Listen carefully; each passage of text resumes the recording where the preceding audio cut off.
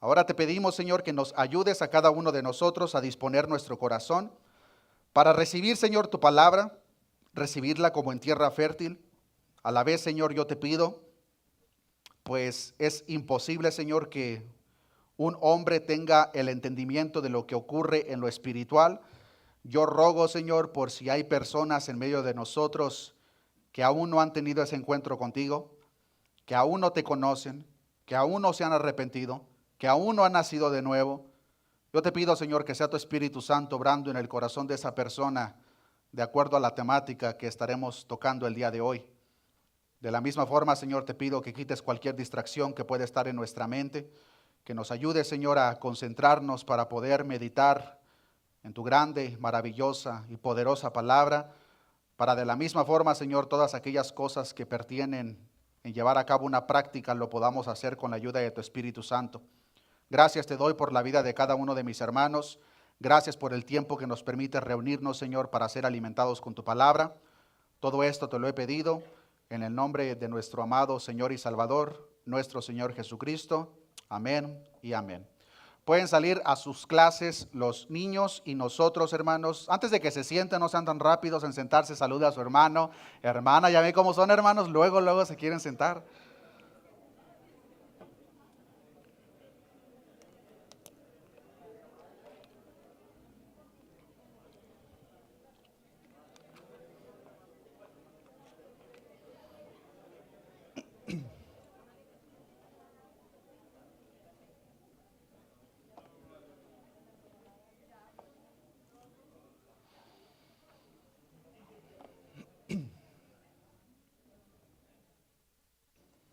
Gloria sea nuestro Dios. En esta oportunidad, hermanos, continuamos con las enseñanzas de Mateo, como lo hemos estado viendo ya, hermanos, por las últimas semanas. El enfoque principal en la narración que presenta Mateo, hermanos, es mostrar el poder de nuestro Señor Jesucristo en diferentes áreas. A lo largo de las últimas semanas estuvimos aprendiendo de cómo el evangelista Mateo relata el poder y autoridad que nuestro Señor Jesucristo tenía en las enfermedades, en la naturaleza, en las potestades demoníacas. Y la semana pasada aprendimos cómo nuestro Señor Jesucristo demostró, especialmente delante de los religiosos, que Él tenía la potestad, el poder para perdonar pecados. Cada una de estas áreas, hermanos, que el evangelista Mateo relata, eran evidencias de que Jesucristo verdaderamente era el Mesías prometido. Solamente el Mesías podía cumplir con cada uno de estos requisitos y fue parte de la evidencia de que Jesucristo era el Mesías prometido a través de los profetas. Una vez que Mateo deja esos puntos en claro, la siguiente narración que nos encontramos en Mateo capítulo 9, hermanos, tiene que ver con el propósito por el cual Jesús vino a esta tierra. Y el ejemplo presentado en los versículos que vamos a aprender en esta oportunidad, hermanos, no es ni más ni menos que con el mismo evangelista Mateo. En otras palabras, en esta escena que vamos a estar aprendiendo, el evangelista está dando una narración del encuentro de Jesús y él mismo. Veamos lo que dice la palabra, Mateo capítulo 9, versículo 9 en adelante. Dice la palabra de nuestro Dios: pasando Jesús de ahí, vio a un hombre llamado Mateo, que estaba sentado al banco de los tributos públicos, y le dijo: sígueme. Y se levantó y le siguió. Y aconteció que estando él sentado a la mesa en la casa, he aquí que muchos publicanos y pecadores que habían venido se sentaron juntamente a la mesa con Jesús y sus discípulos. Cuando vieron esto, los fariseos dijeron a sus discípulos: ¿por qué come vuestro maestro con los publicanos y pecadores? Al oír esto, Jesús les dijo: los sanos no tienen necesidad de médico, sino los enfermos. Id pues y aprended lo que significa: misericordia quiero y no sacrificio, porque no he venido a llamar justos, sino a pecadores al arrepentimiento.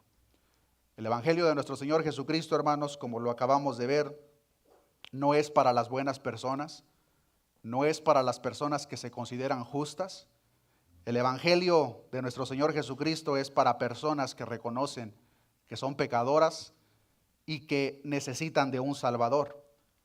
Y como lo vamos a aprender, hermanos, de una manera detallada, las únicas personas que reciben este grandioso regalo de la vida eterna, la salvación, son precisamente, hermanos, aquellas personas que reconocen este punto. Si lo pusiésemos como requisitos, hermanos, el único requisito que nuestro Señor Jesucristo revela a lo largo de la Escritura para que una persona pueda adquirir ese regalo de la vida eterna es reconocer la condición en la que nos encontramos.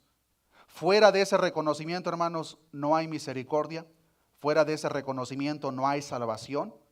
De hecho, es el punto principal, hermanos, que nosotros nos encontramos en el Sermón del Monte.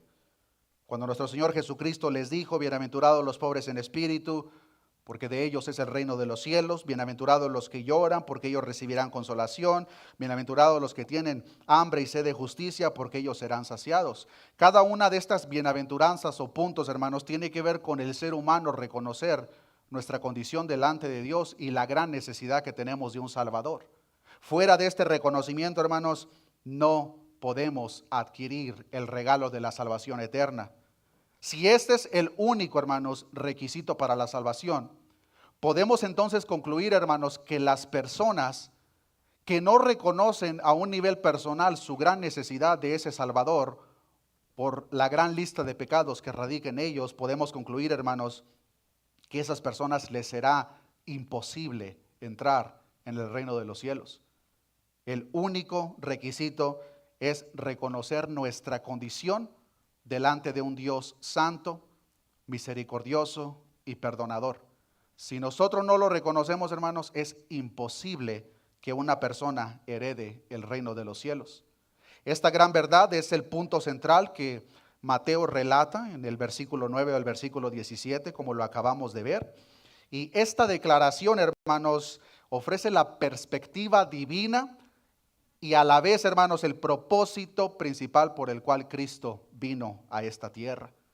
Qué glorioso sería, hermanos, que cada uno de los seres humanos que una vez escuchan el Evangelio de nuestro Señor Jesucristo dieran la misma respuesta que Mateo dio, o Leví, como lo menciona el evangelista Marcos. Pero la respuesta por parte de Mateo en el encuentro con Jesús fue inmediatamente positiva. Como lo vemos en el versículo 9, dice que pasando Jesús de ahí, vio a un hombre llamado Mateo, y este hombre Mateo estaba sentado al banco de los tributos públicos y le dijo, sígueme, y se levantó y le siguió. Al darnos cuenta que Mateo, hermanos, escribió estos mismos versículos que acabamos de leer, nos da una perspectiva de la humildad que Mateo tenía, porque Mateo, hermanos, excluye ciertos detalles importantes en su modestia, en su humildad, que nosotros sí encontramos en los otros evangelios, como lo estaremos viendo en unos minutos. Pero en su propia mente de Mateo, hermanos, la verdad más importante sobre su antiguo personaje o carácter lo encontramos en la frase que dice que él estaba sentado al banco de los tributos públicos. Si nosotros no consideramos, hermanos, el contexto cultural, podemos ver este detalle como algo positivo. Una persona académicamente preparada para tomar una posición de gobierno. Pero para los judíos de esta época, hermanos, esa frase en sí, por sí sola, establecía a Mateo, hermanos, como la persona más despreciada, vil y corrupta de Capernaum. Y es importante que entendamos este punto, hermanos, porque no solamente al ver estos detalles vamos a ver quién era Mateo delante del Dios Santo, sino que como un espejo vamos a ver nuestra propia condición delante del mismo Dios. ¿Quiénes eran los publicanos? Los publicanos eran los recaudadores de impuestos para la invasora Roma. Roma, siendo la potencia mundial, comienza a invadir diferentes territorios, incluyendo el pueblo de los judíos. Y cuando ellos los invaden, ahora los publicanos, muchos de ellos siendo judíos, son personas usadas por el mismo imperio romano para extraer los impuestos al mismo pueblo judío. Y un detalle importante, hermanos, es de que los ciudadanos de esta nación que había sido invadida por Roma tenían la capacidad, hermanos, de comprar franquicias. Al ellos comprar estas franquicias, ahora tenían el derecho legal por parte de Roma para cobrar los impuestos a las personas del pueblo. El propietario de una franquicia, hermanos, en realidad tenía una licencia para extorsionar al pueblo, como la historia misma nos enseña. Y por estas razones y algunas otras, los publicanos eran considerados personas traidoras por su propio pueblo. Y por lo general eran incluso más despreciados que los funcionarios o los mismos soldados romanos. Estos publicanos eran verdaderamente considerados, hermanos, por el pueblo judío como la escoria de la sociedad. Eran lo peor de lo peor. Y dentro de este círculo tributario, hermanos, existía mucha corrupción. La historia nos enseña, hermanos, que muchos de los publicanos aceptaban sobornos por parte de las personas más ricas, de tal manera que lo que hacían es que al aceptar esos sobornos, a los más ricos no les cobraban tanto impuesto, pero a las personas de la clase media y baja los extorsionaban con los impuestos. Y Mateo, hermanos, era un publicano. Es importante que entendamos este detalle, porque si no entendemos el detalle de quién era Mateo, de acuerdo a la perspectiva del pueblo, no vamos a entender la gran necesidad que nosotros mismos tenemos, hermanos. Otro detalle que es importante, hermanos, es de que Mateo o Leví no solamente era despreciado, hermanos, por los grupos religiosos, sino que era despreciado por los mismos publicanos mismos. Entonces se puede decir, hermanos, que Mateo en ese sentido era excluido incluso por las mismas personas que llevaban a cabo la misma función que él.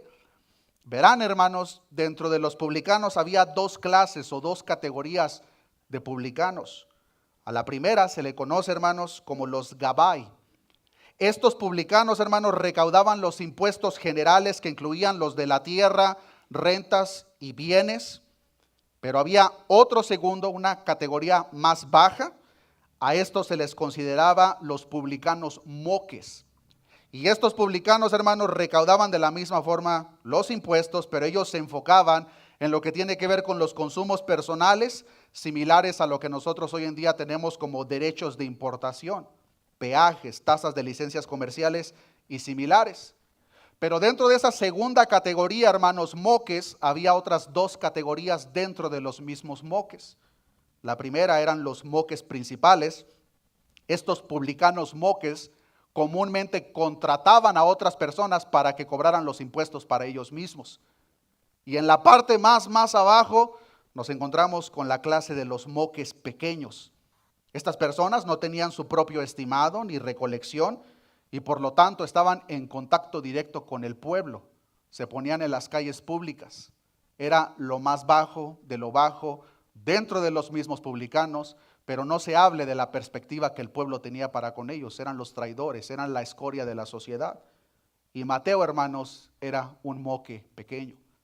Es por eso que Mateo se encontraba en la calle el momento que nuestro Señor Jesucristo atraviesa por las afueras de Capernaum. Y podemos ver, hermanos, que el momento que nuestro Señor Jesucristo encuentra a este publicano despreciado por sus propios colegas, pero también por el resto de la sociedad, lo ve y le dice: sígueme. La respuesta que Mateo da, la relata, me gusta cómo lo relata Lucas capítulo 5 versículo 28, porque el evangelista Lucas agrega el detalle, hermanos, de que Mateo, dejándolo todo, se levantó y le siguió.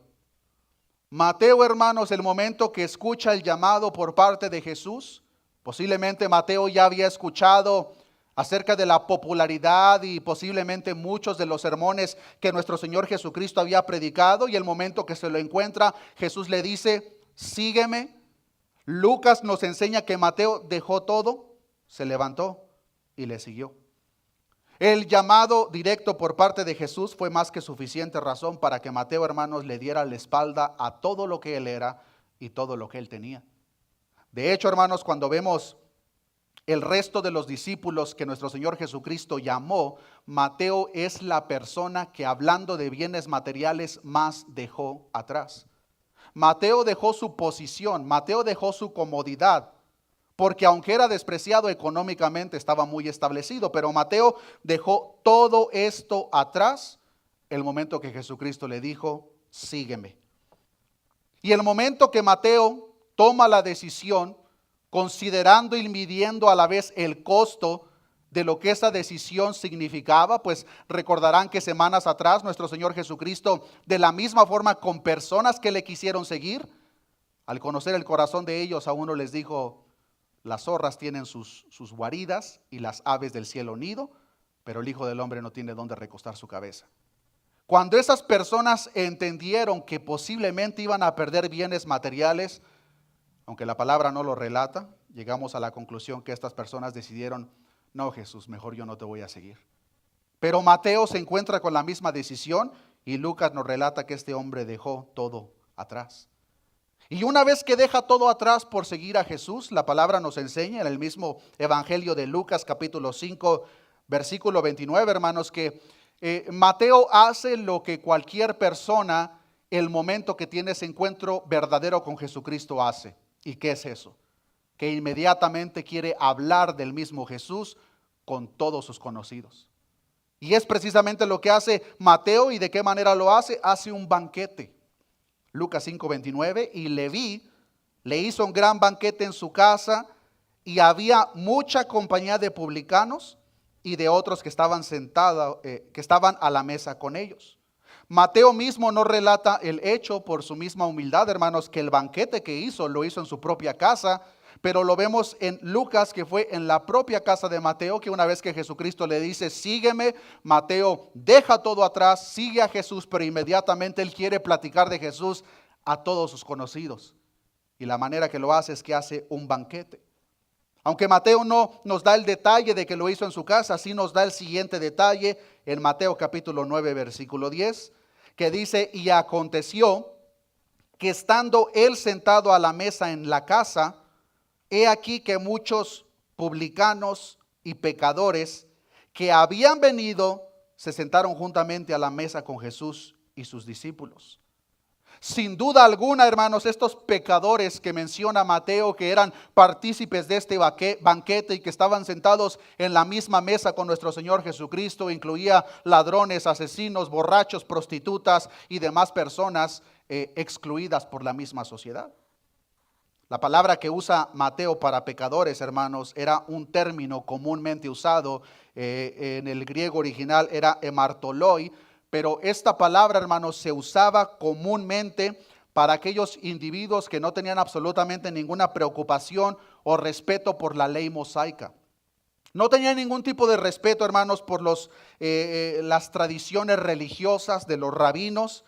Y por consecuencia, hermanos, el mismo pueblo veía a estas personas conocidas como hemartoloi, como los más viles, miserables, despreciables de todas las personas. Y este tipo de persona, hermano, hermana, eran las personas sentadas a la mesa con nuestro Señor Jesucristo. En lo largo de los evangelios podemos ver el carácter y respuesta por parte de los religiosos, los fariseos. Y la palabra de Dios nos enseña inmediatamente en el versículo 11 cuál fue la respuesta de estos líderes religiosos al ver que el maestro de estos discípulos estaba sentado a la mesa con estos pecadores.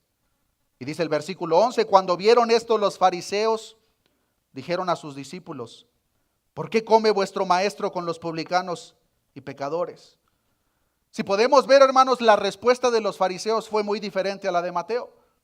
Mateo escuchó acerca de ese hombre llamado Jesús, posiblemente acerca de las grandes maravillas que autenticaban que era verdaderamente el Mesías, y al momento que se lo encuentra le dice: sígueme. Mateo no lo piensa dos veces, deja absolutamente todo atrás y sigue a Jesús. Pero los fariseos, en vez de tomar la misma decisión, comienzan a reprocharle a los discípulos. Seguramente en su mente ellos pensaban: si esta persona verdaderamente es el Mesías, o si esta persona verdaderamente tiene algún tipo de autoridad religiosa, ¿por qué no está haciendo el banquete con nosotros? A fin de cuentas, nosotros somos los justos, nosotros somos los limpios. Esos pecadores no merecen tal banquete. Jesús, ¿por qué no lo estás haciendo con nosotros?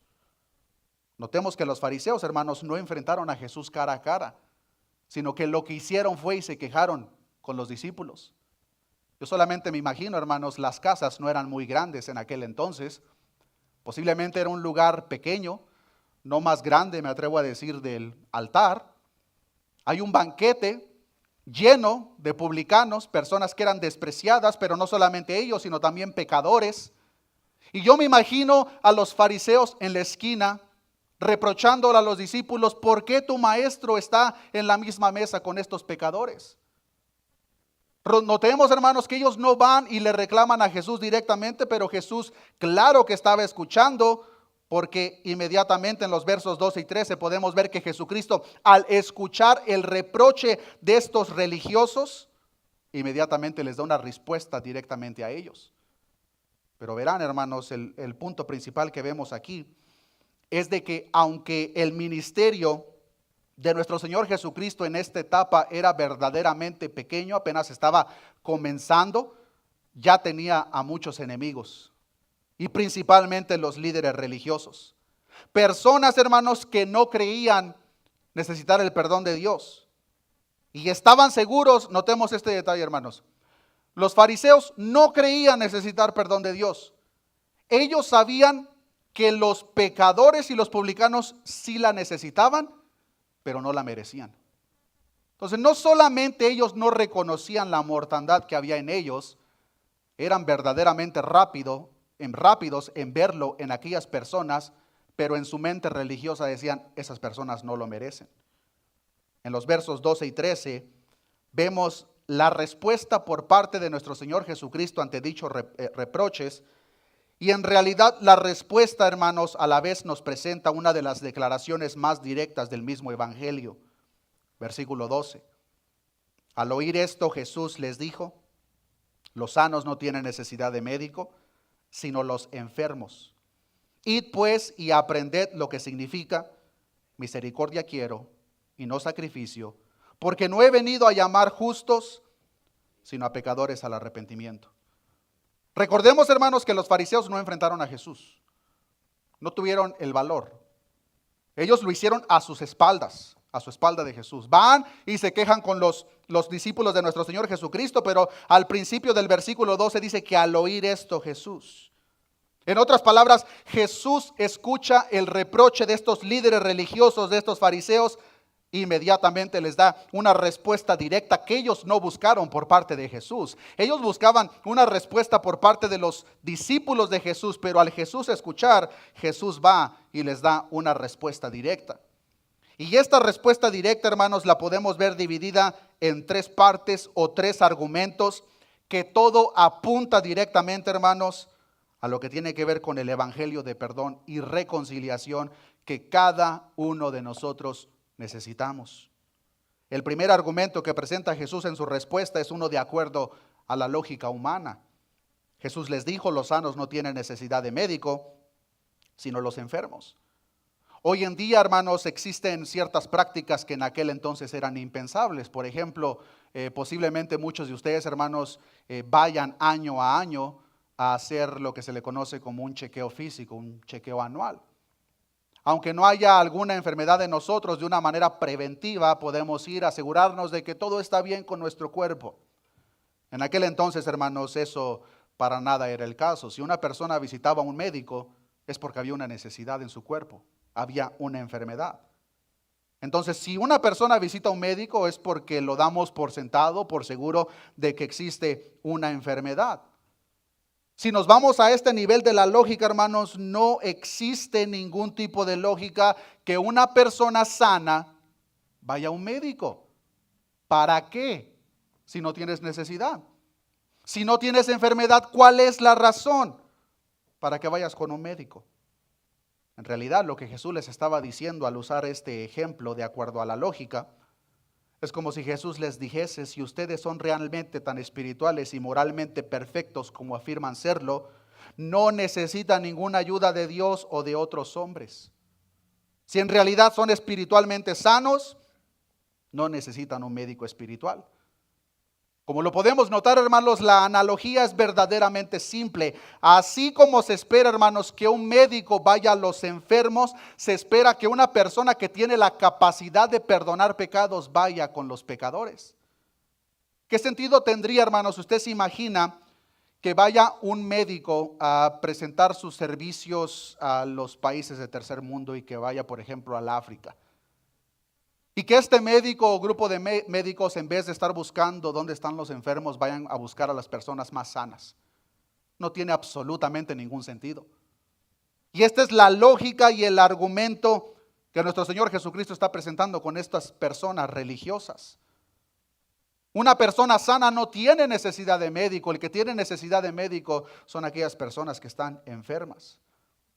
Estos fariseos, hermanos, estaban dispuestos a dar un diagnóstico, pero no estaban en lo más mínimo interesados en presentar la cura o la solución.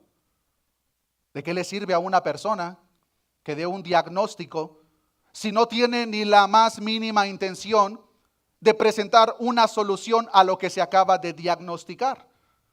¿Se imagina usted, hermano o hermana, que vaya al médico con dolor de cabeza, dolor de estómago, no sepa cuál es la razón por la cual está causando ese malestar y que el médico le diga, oh, si tu estómago te está doliendo porque tienes X infección, que te vaya bien?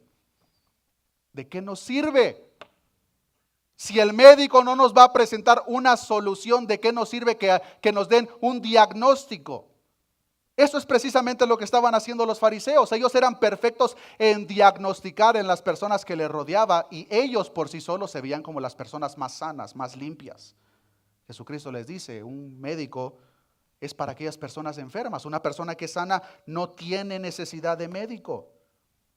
El segundo argumento que presenta nuestro Señor Jesucristo en esta misma línea es de acuerdo a las mismas escrituras y viendo el contexto, hermanos, me atrevo a decir que esta segunda parte o este segundo argumento fue el que más golpeó el ego de los fariseos. Jesucristo les declaró, id pues y aprended lo que significa misericordia quiero y no sacrificio. Verán, hermanos, la frase id y aprender se usaba comúnmente en los escritos rabínicos, hermanos, para reprender a quienes no sabían lo que deberían de saber. En otras palabras, cuando Jesucristo les dice, id pues y aprender lo que significa misericordia quiero y no sacrificio, era una reprensión pública por algo que ellos no sabían, pero debían de saber como doctores de la ley. Sería como que se le dijese a un mecánico hoy en día, primero aprende a cambiar bujías. O a un chef, primero aprende a calentar el agua. Estos fariseos, hermanos, se creían expertos en la ley, pero no entendían la parte más básica. Ellos se consideraban expertos en la ley, pero Jesús les dice, id pues y aprended lo que significa misericordia quiero y no sacrificio.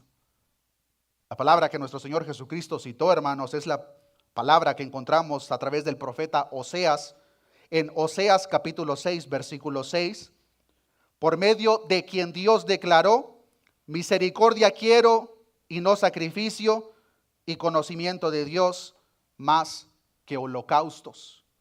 El Señor estaba diciéndole a este grupo de fariseos, es de la palabra de Dios de lo que ustedes se deben de preocupar y no tanto de las palabras de los hombres.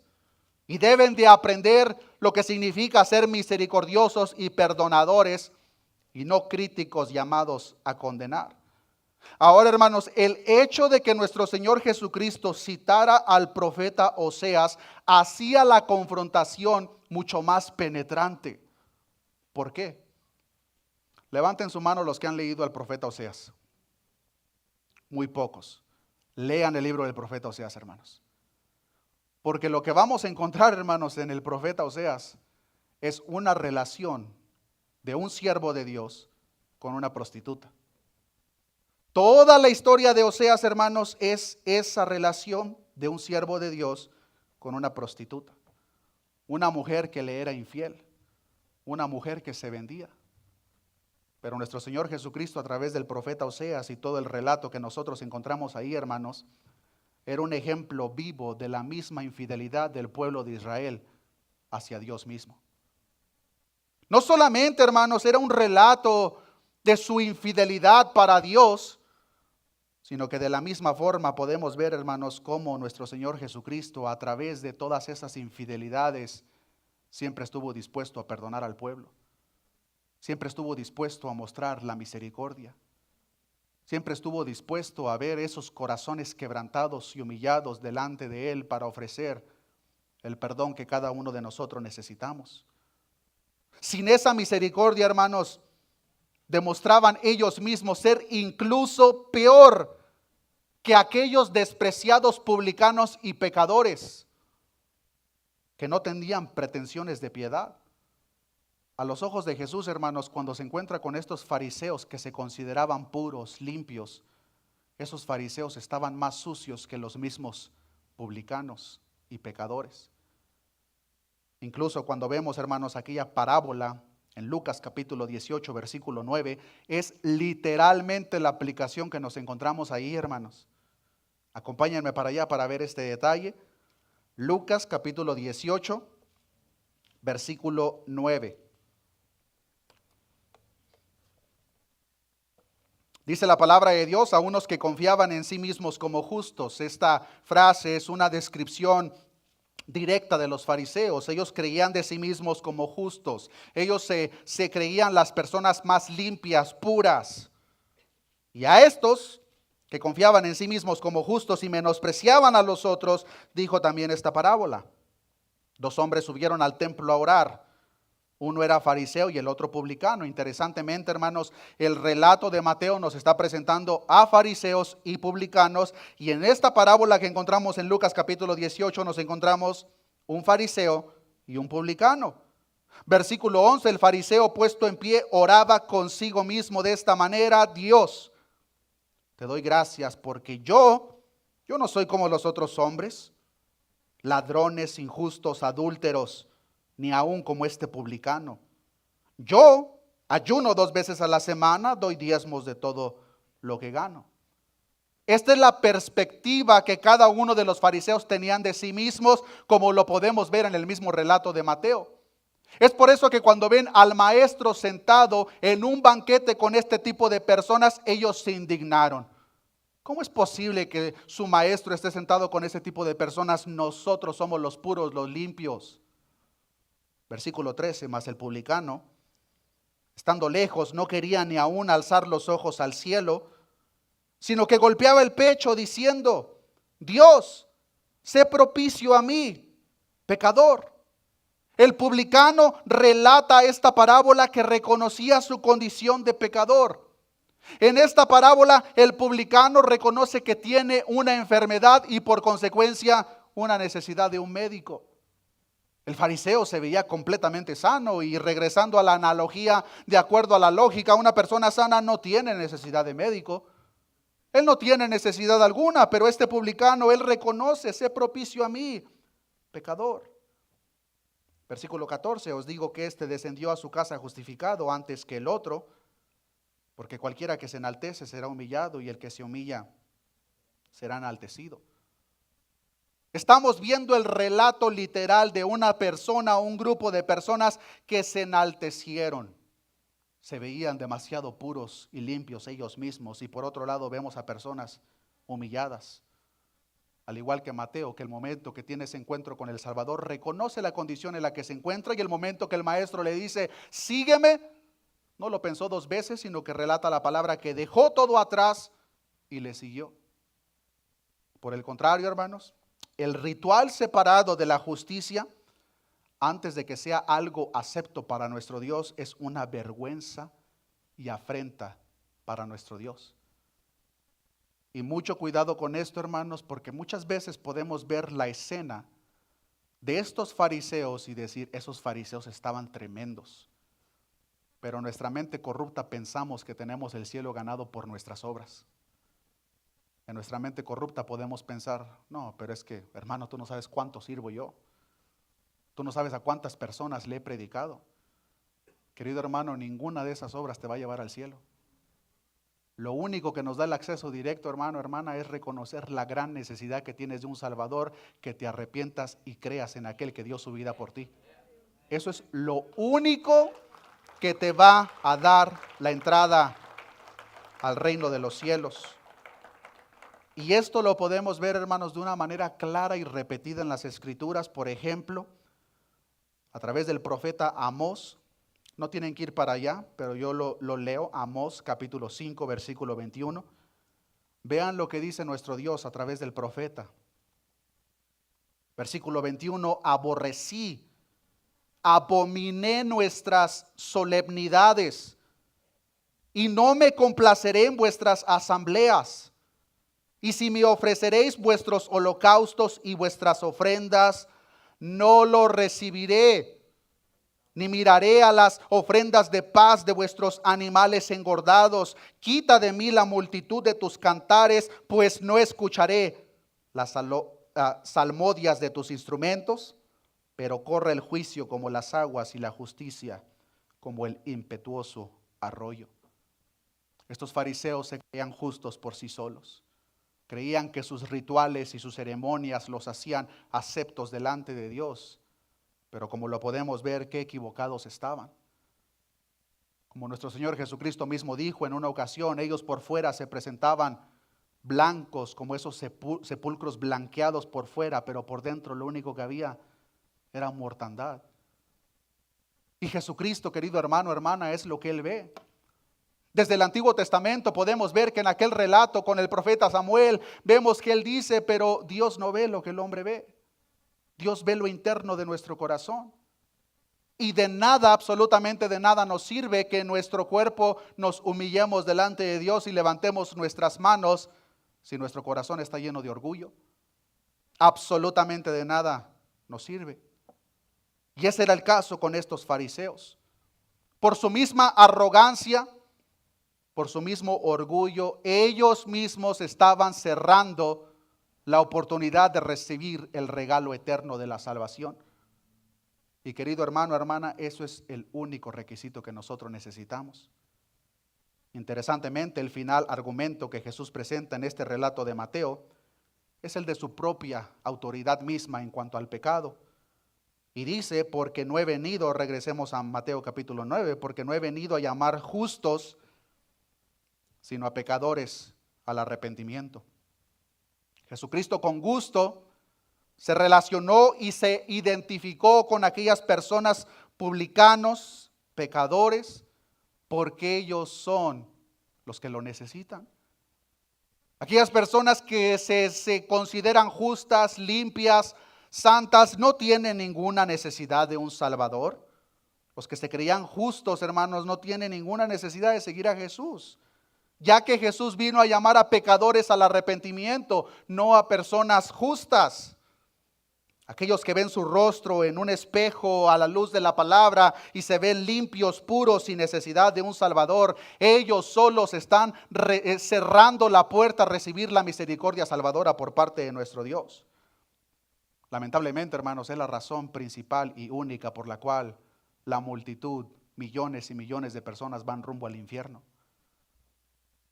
Porque al momento de escuchar el Evangelio de nuestro Señor Jesucristo, en su mente ellos piensan, pero un momento, yo no soy pecador, yo no robo, yo no mato, yo no hago ninguna de las cosas que me van a condenar al infierno, yo soy limpio, yo soy puro.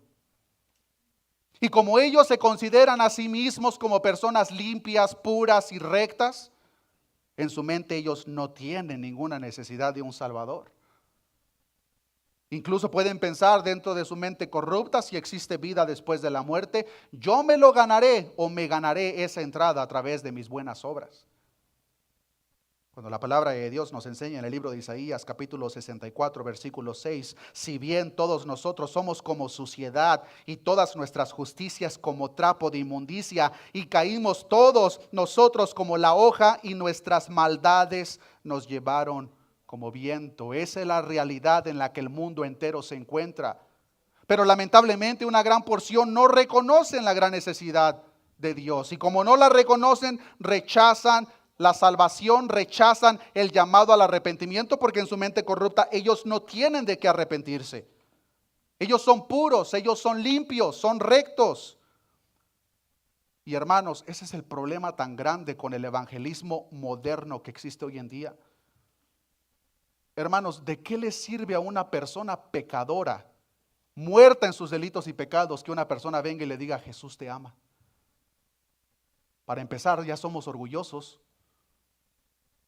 Y si yo soy ese tipo de persona y alguien viene y me dice, Jesús me ama, qué casualidad, yo también me amo a mí mismo. Se me hace que ese tal Jesús y yo pues nos vamos a llevar bien. Ese es el gran problema, hermanos, con el evangelismo moderno que existe hoy en día, que de bíblico no tiene ni una pizca.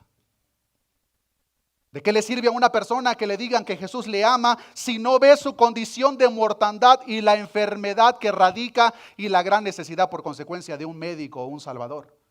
De nada le sirve. Ahora agrégale todavía que no solamente les decimos que Jesús les ama, sino que les decimos, Jesús te quiere dar prosperidad, Jesús te quiere dar esto y el otro. Oh, pero qué bueno. Yo sí quiero ese Jesús. El problema, hermanos, es que ese Jesús no existe. Ese Jesús solamente existe en las mentes carnales de la gente que busca las cosas de este mundo. El Jesús bíblico, lo primero que hizo y lo único que hizo cuando encontraba a la multitud de pecadores, les decía, arrepiéntanse porque el reino de los cielos ha llegado. Ese es el evangelio de nuestro Señor Jesucristo.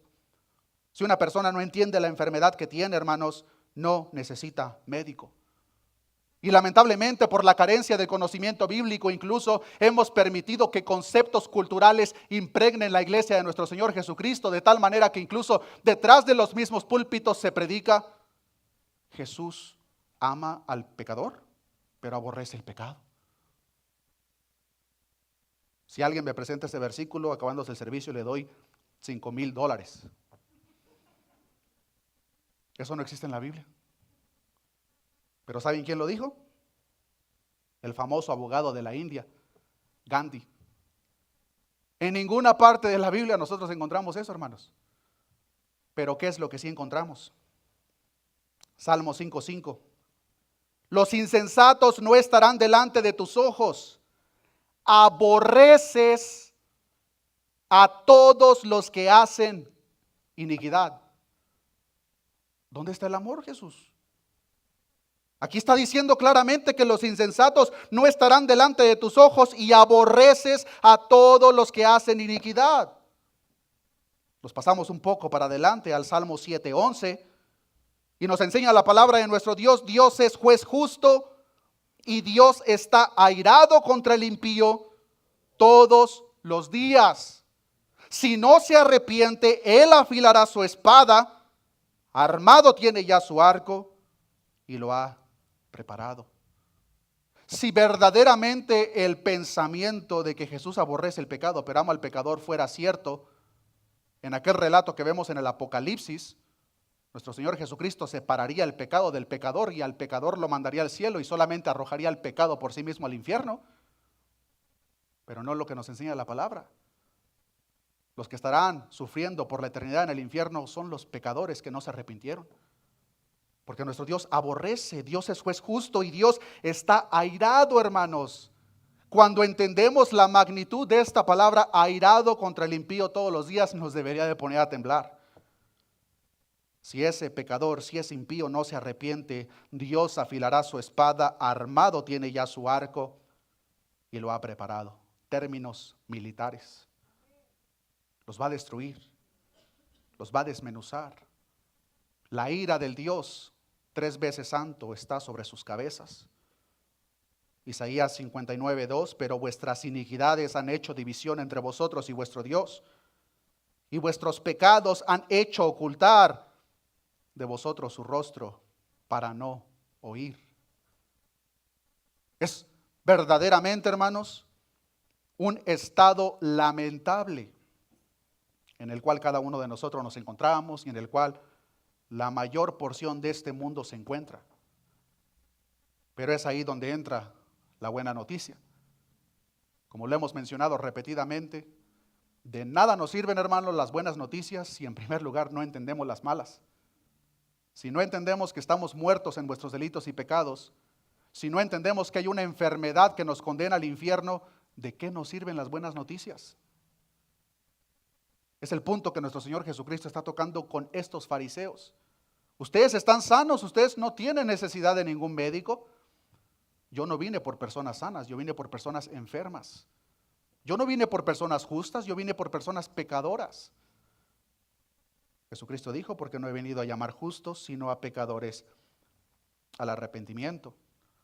Ahora, la ironía de esta frase, hermanos, es de que cuando nuestro Señor Jesucristo dice que no ha venido a llamar justos, sino a pecadores al arrepentimiento, la gran ironía es de que en realidad no existe ningún justo. Romanos capítulo 3, versículo 10. como está escrito, no hay justo, ni aún uno.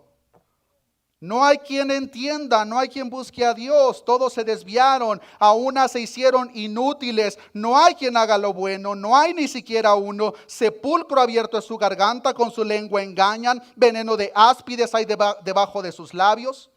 Su boca está llena de maldición y de amargura. Sus pies se apresuran para derramar sangre. Quebranto y desventura hay en sus caminos, y no conocieron camino de paz. No hay temor de Dios delante de sus ojos.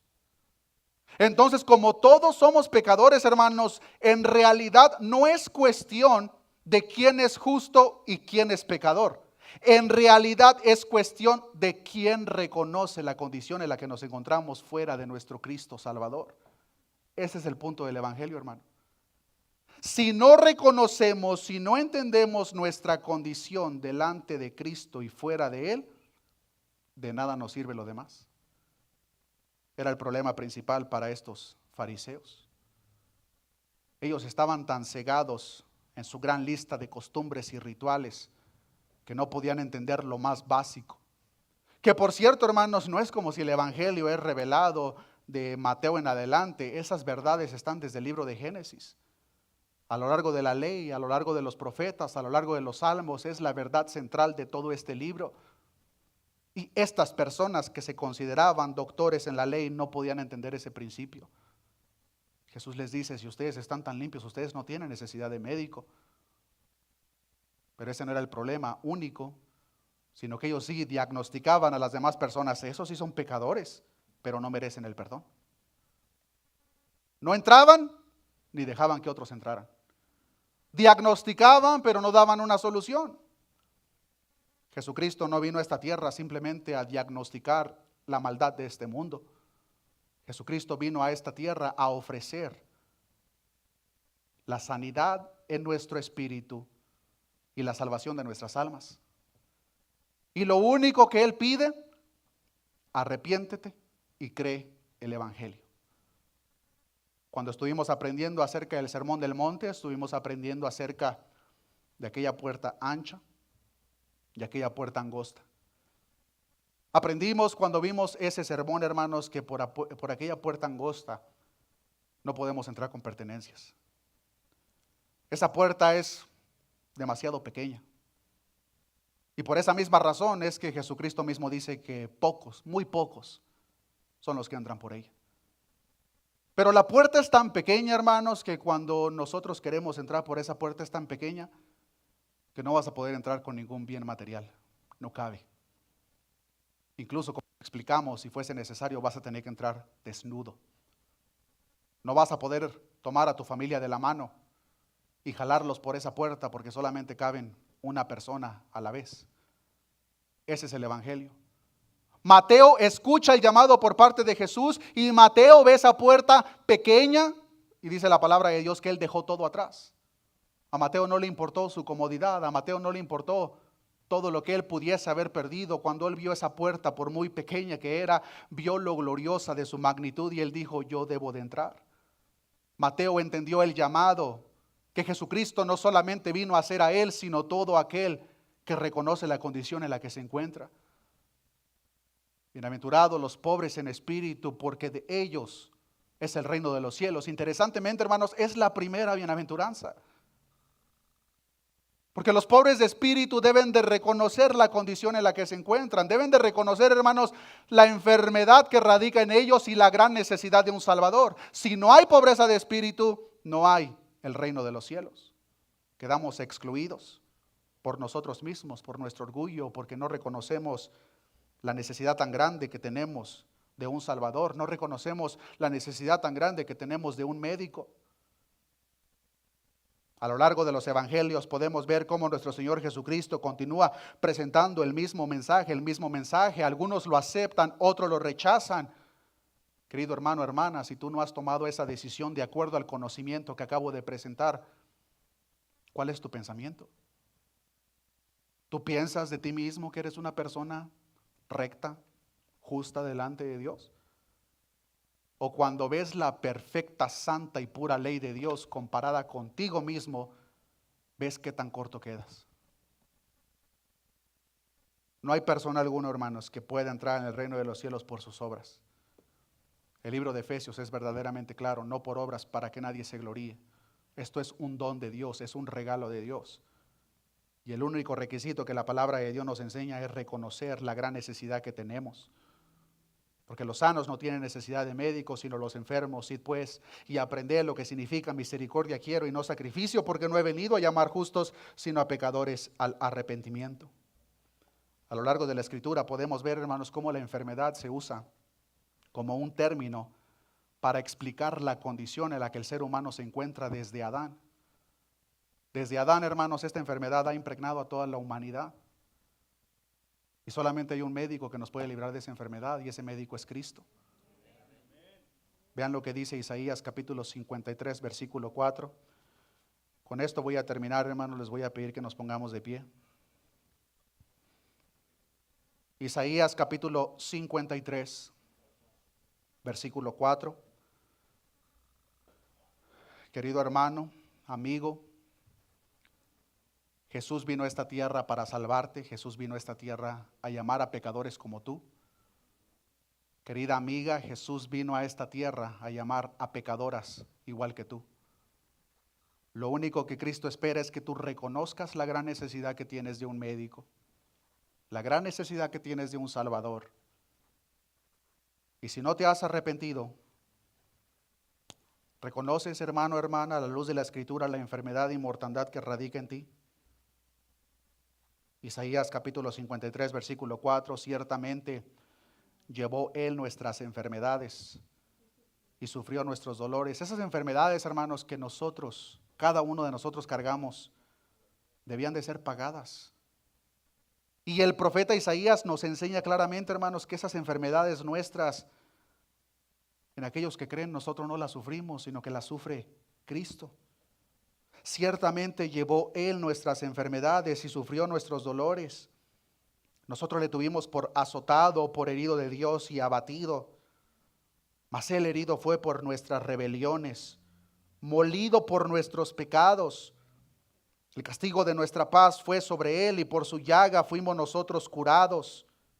Todos nosotros nos descarriamos como ovejas, cada cual se apartó por su camino, mas Jehová cargó en Él el pecado de todos nosotros. Cuando tú reconoces la gran necesidad que tienes de un médico, cuando tú reconoces la gran necesidad que tienes de un Salvador, tus culpas, tus deudas son pagadas en la cruz. Pero en todas aquellas personas que se ven limpios en sí solos, como estos fariseos, aquellas personas que se ven puros, aquellas personas que no ven necesidad alguna de un Salvador, ellos mismos están cerrándose recibir la misericordia por parte de nuestro Dios. La pregunta para ti, hermano, hermana, o amigo, amiga, porque no te podría decir hermano si no has nacido de nuevo. La pregunta para ti es, ¿tú has reconocido hasta el día de hoy la gran mortandad que radicaba o radica en ti?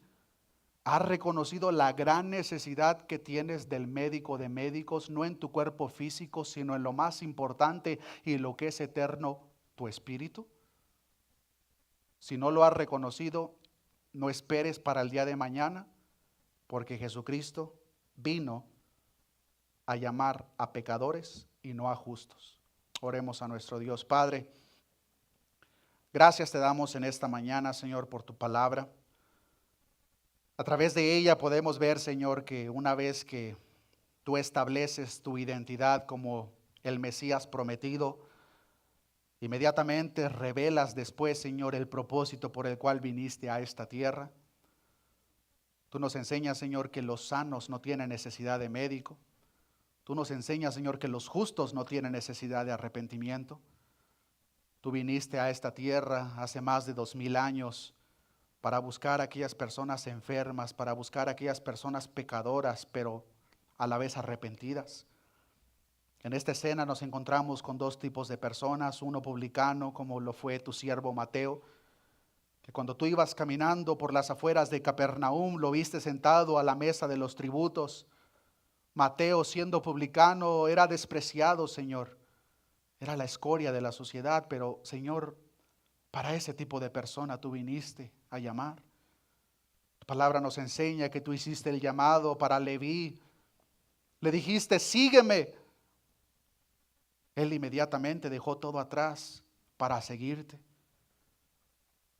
Señor, analiza nuestro corazón y si alguien, Señor, aún no te ha seguido, muéstrale a esa persona que lo que sea que esa persona no está dispuesto a dejar atrás, no es mayor que lo que tú ofreces. Por otro lado, podemos ver, Señor, a esos fariseos que el momento que te vieron comenzaron a murmurar. Ellos se consideraban limpios y rectos, pero en realidad estaban en un peor estado que el mismo publicano. Señor, yo te pido que sea tu Espíritu Santo analizando lo más profundo de nuestro corazón y a la vez, Señor, mostrando la gran necesidad que hay en nosotros, si es que no hemos reconocido de un Salvador, de un médico que traiga esa sanidad a la enfermedad que lamentablemente desde la caída del hombre en el huerto del Edén venimos acarreando, Señor. Tú no viniste a esta tierra a llamar a los justos, sino a pecadores que se arrepienten. Yo te pido, Señor, que ese arrepentimiento genuino esté en nuestro corazón y que de la misma forma, Señor, en las oportunidades que se presenten podamos presentar el mensaje fiel y verdadero que tu palabra nos enseña. Que aunque sabemos, Señor, que será rechazado y que por causa del mismo seremos vituperados, seremos causa de burla, para eso nos has llamado, Señor. Esa puerta, Señor, que nos lleva a ti es verdaderamente pequeña. Por el otro lado, el contraste es aquella puerta que lleva a la perdición. Es demasiado ancha, Señor, es demasiado grande y tu palabra nos enseña que muchos son los que van por ella. Confirma en nuestro corazón, Señor, que nosotros hemos entrado por esa puerta pequeña, que hemos estado dispuestos a dejar todo atrás, que esa pobreza de espíritu verdaderamente está presente en el corazón de cada uno de nosotros. Gracias te damos, Señor, por el regalo en la cruz del Calvario a favor de cada uno de nosotros. Pues sabemos, Señor, que cualquier persona que escuche tu evangelio y crea y se arrepienta, Señor, todas esas deudas que nosotros teníamos ahora son pagadas. Porque tú, Señor, derramaste tu ira sobre el cuerpo de nuestro Señor Jesucristo, pagando nuestras deudas. De tal manera que cuando nuestro Señor y Salvador dijo, consumado es, todo fue terminado. Gracias te damos, Señor, todo esto te lo he pedido en el nombre de nuestro amado Salvador y Señor